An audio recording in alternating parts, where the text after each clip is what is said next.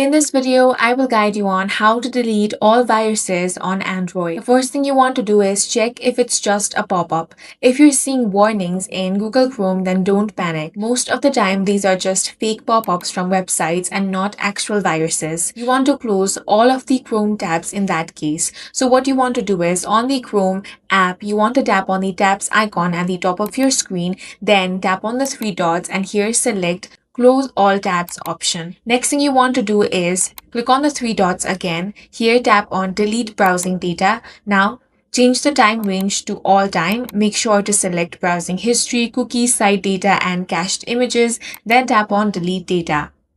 After that is done, next thing you want to do is check for unknown downloads. For that, open your Files app. Now go to APK or Installation Files. If you see anything you don't recognize, delete it immediately. Next, you want to scan your internal storage. For that, still in the File apps, open Internal Storage, browse through folders and look for anything suspicious. Also check the Downloads folder and remove anything unusual. Next, you want to run a Play Protect scan. For that, open Google Play Store, tap on the profile icon at the top right corner. From here, select Play Protect. Enable it if you haven't already. Now tap on the Scan option to check for harmful apps. If you find any harmful apps, you simply want to uninstall it. Finally, you want to install a trusted antivirus app. For that, in the Play Store, search for antivirus. Now go ahead and download any reliable antivirus app.